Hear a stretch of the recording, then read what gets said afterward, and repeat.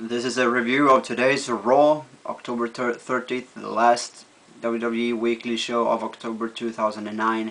Also the first SmackDown after their just sent off pay-per-view bragging rights this past Sunday, where you saw The Undertaker retain his World Heavyweight Championship, and we were going to see the progression of what Big Show said this past week on Raw, where he said that he was the #1 contender due to helping Team Raw get defeated by Team SmackDown, stabbing Team Raw in the back, choke slamming Kofi Kingston off the top rope.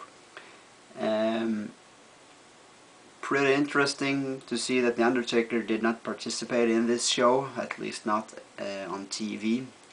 He was off, and he didn't even have a promo, a video package or something from this match. They solely focused on the contenders for the championship, namely being of course Big Show, whom also wasn't at the show. Instead we saw Chris Jericho come out, open up.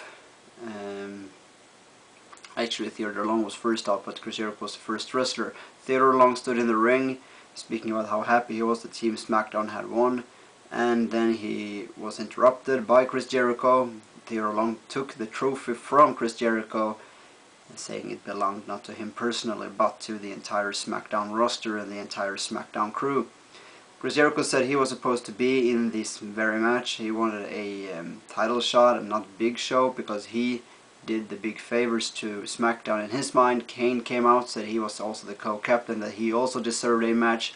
Theodore Long said that since Raw is going to have a triple threat match at Survivor Series for the title, Cena, Shawn Michaels and Triple H, so should SmackDown. So they were going to have a #1 contender match between Kane and Chris Jericho later in that night, and the winner would be added to the match to face Big Show and The Undertaker at Survivor Series. And that works well for me because I thought that The Undertaker versus Big Show could be a good match, but it did feel weird that The Undertaker, who needed a fatal 4-way match at bragging rights to somewhat easy and have an easier workload and lighten the workload for him, would suddenly go into a pretty heavy match with the Big Show. Will now know the answer. Since Chris Jericho won that #1 contenders match, he will now also be in that match.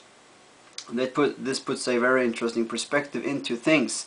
At Raw, we have John Cena defending the WWE Championship against Shawn Michaels and Triple H. A tag team, D-Generation X, they are going to be in the same match. Will things implode there? I believe things will happen. If we now look on the SmackDown side of things, we do have The Undertaker defend the title against Big Show and Chris Jericho. That's Jericho, the tag team champions, also a tag team. You of course wonder if that tag team will implode, but they are also the tag team champions, so something will have to give there because they need to stay together.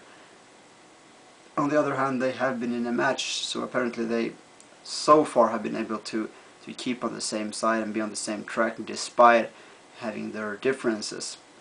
Also, I wonder if this parallel between DX being in a title match and Jericho being in a title match will somewhat affect the interaction between Jericho and DX, as many people believe we have a tag team championship match coming between these two in the near future. Good Chris Jericho. I was afraid that he was going to lose yet another match. He has a lot of string of matches recently, except for winning the match at bragging rights. He also lost to Kofi Kingston this past Monday on Raw in a very good match, a very entertaining match, solid match by these two wrestlers, and Kofi Kingston once again proves that he belongs in the top. But therefore it was good to see Chris Jericho defeat Kane on SmackDown today, where he caught Kane with a codebreaker off the top rope, getting the pin for the 1-2-3 in a match that Chris Jericho pretty much dominated throughout it all, and he did very good in this match. He looked very solid.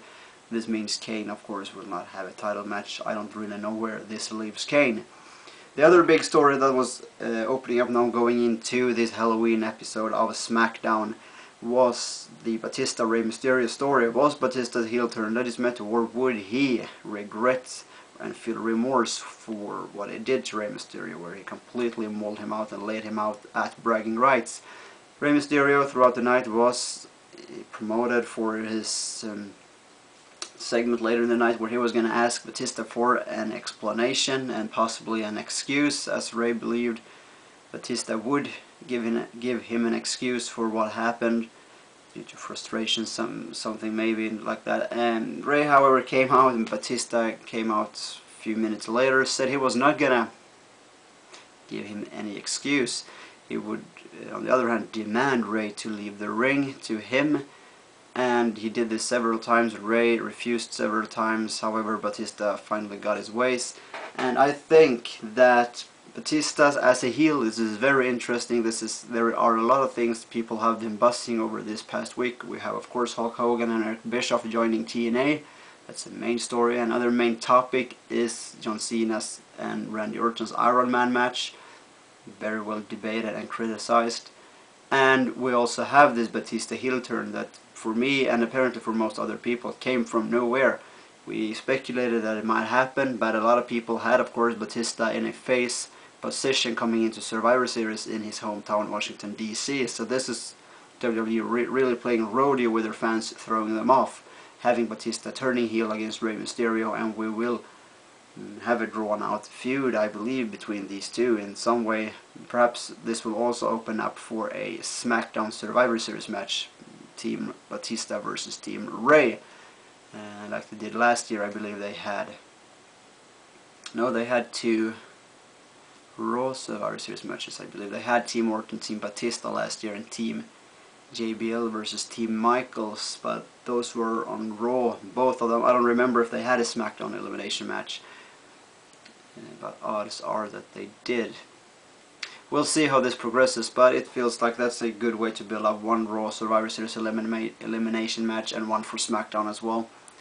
And I think Batista does a lot better as a heel. He has received a lot of heat over the last year or so, at least, often getting booed, and he hasn't seemed that comfortable in a role where he's supposed to play with the crowd, hype the crowd up, and make them cheer for him in a good manner and really get behind him. He had a lot of momentum. He had shockwaves of momentum going out of a feud with Triple H in 2005, where he surfed on that face wave for almost 2 or 3 years. So he did the most with it, and he has this very cool, intimidating look with him. If you see him live, he's very charismatic, more than what you see when you see him on TV. So, however, I think that this drawn back, laid back, more introvert heel character who keeps a lot of hate and frustration within him fits Batista a lot better than the supposed face character, who's supposed to be more easygoing, more extrovert, and more able to socialize with the fans and be more free in his role. But as we've said, it's a common fact that Batista really doesn't know how to talk. And I think Batista, however, to speak the positives of him, since returning, he has looked pretty good.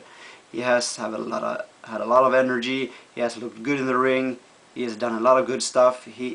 Good entertaining matches for being Batista. Still, I'm not a big fan of him, but he apparently want to go out strong, as he has said to people close around him that he is in for his last year.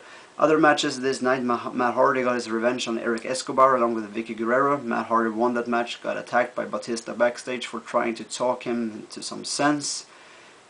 We also saw a Halloween contest with the Divas, costume contest, won by Mickie James. This was pretty much the only Halloween thing they had on the show, which was good. I don't like when they theme it too much and it becomes too cartoonish in that way. In other matches, we saw Dolph Ziggler win by a countout over John Morrison. I really don't know if they will still keep on with this thing and maybe put the title on Ziggler. He has had 2 chances against Morrison already, at Hell in a Cell and at the SmackDown right after Hell in a Cell. He failed both times, so it doesn't seem likely. But he won by countout, so that's at least one step closer to getting a title. Other than this, we also saw CM Punk bully and beat Scott Armstrong, who looked pretty good in the ring, but he took the go to sleep pretty badly, and you could actually hear Matt Striker react harshly to it. or in a laughable way, because he apparently thought it was very bad. Other than this, it was a good show, but it wasn't anything mind-boggling. It was just an ordinary SmackDown show, as I said. Undertaker and Big Show, another show, perhaps to leave the space open for Jericho to have his moment this very night. This Monday we'll see Ozzy Osbourne and Sharon Osbourne host Raw. Don't miss that. I know I won't. Have a nice day.